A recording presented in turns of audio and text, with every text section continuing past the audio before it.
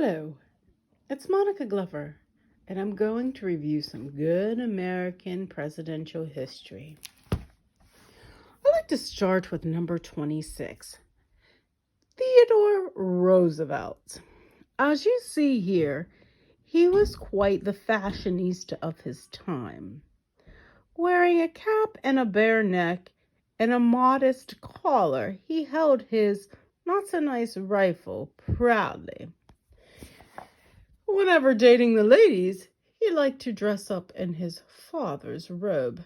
Notice he has a timepiece on his pocket. As we turn the page here, we see him in another great outfit. Oh, this time with a fashionable glove, a cuffed pant leg, and a very, very dapper cap.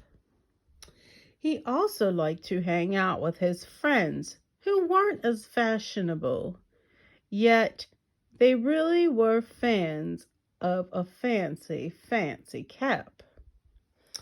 He invited them all here once for a little get-together, but no one was allowed to dress fancier than he.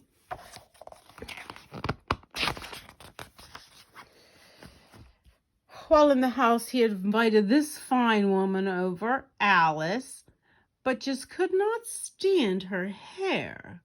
So he said, "Alice, we're gonna have to do something with that before my friends come over." So that's just what Alice did. She put on her fanciest hat, some feathers, and a big old fluff around her neck. Well, guys, now that Alice is all in shape, we can go mountain climbing. That's whenever he met the likes of Chaz. These two were mortal enemies. "Chaz, will you go mountain climbing with me?" "I will not," he said, "but I will become your vice president. Works for me." And that's just what Charles did.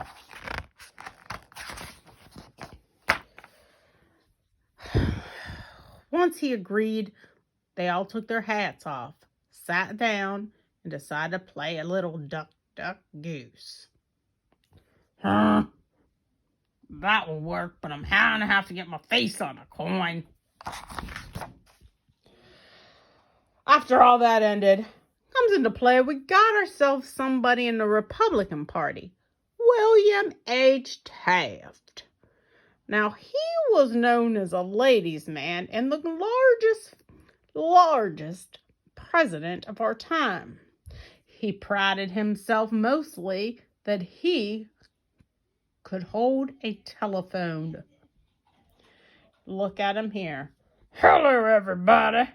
I'm with the operator now." He ended up with this lady, the town floozy. Helen, they called her Nellie in the streets. "Nellie, get out your fan." "No, I'm just going to hold this plume." "Fine, Nellie, let's go on a parade." That's where they met James Sherman, the vice president. The two hung out until ultimately they got into a little scuffle at the club. Guns were flying, spaceships were flying, and Abraham's nephew was very, very upset. "Y'all got to get out of here right now." Taft was very embarrassed. He put down his telephone and just sat. "I do not like the likes of that man, and I wonder where his spaceship went." After all that ended, we finally got a Democrat, Woodrow Wilson.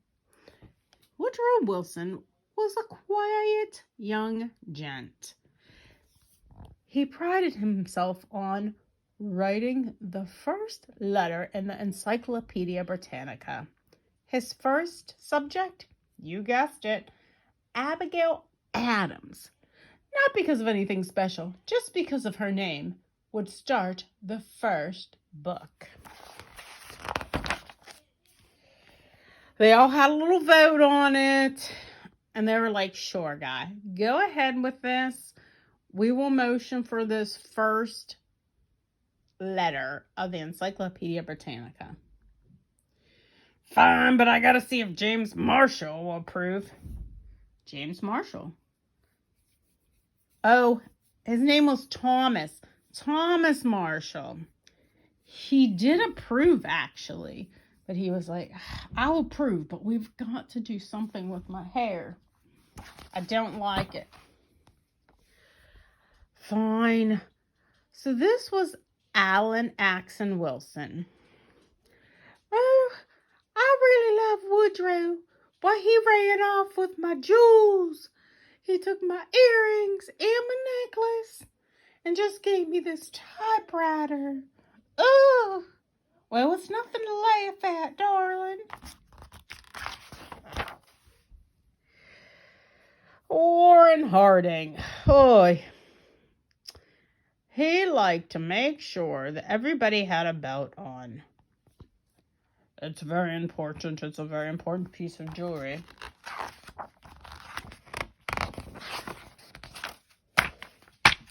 He married this lady. She was quite old and older, much older than him. She is who the character from Mama's Family is based off of. Can you tell? Mm-hmm. She wrote this book here. No one understood it because it was all scribbled together. She was the laughingstock of the United States.